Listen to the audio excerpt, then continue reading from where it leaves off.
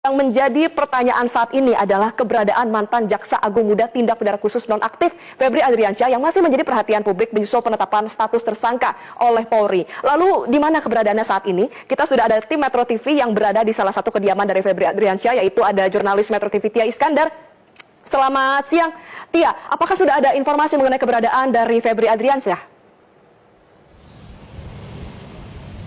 Iya, selamat siang Valeri dan juga pemirsa. Hingga siang hari ini memang masih belum ada informasi resmi terkait keberadaan dari mantan Jampitsus Febri Adriansyah, yakni yang sebelumnya telah ditetapkan sebagai tersangka oleh Kortas Tipikor Polri. Dan saat ini kami sudah berada di kawasan Kebayoran Baru Jakarta Selatan, di mana ini merupakan rumah kediaman dari Febri Adriansyah yang jika kita lihat sejak pagi hari tadi ini memang tidak terlihat adanya aktivitas yang terlalu signifikan dan juga berbeda dari hari-hari sebelumnya, di mana jika sebelumnya rumah dari Febri Adriansyah ini dijaga ketat oleh aparat terkait. Namun hari ini tidak terlihat adanya penjagaan di belakang kami saat ini. Dan selain itu juga tadi kami sempat melihat adanya beberapa pihak yang terlihat keluar dari rumah Febri Adriansyah yang kami duga ini merupakan seorang pekerja yang memang bekerja di rumah tersebut. Namun kami masih belum bisa berkomunikasi ataupun menanyakan apakah dari mantan Jampitsus tersebut masih berada di dalam rumah ataupun sudah pindah ke tempat lainnya. Dan jika kita melihat perkembangan kasusnya sendiri, memang nama Febri ini mulai menjadi sorotan publik dalam beberapa waktu terakhir, di mana dari Febri sendiri terakhir muncul di hadapan publik ini pada konferensi pers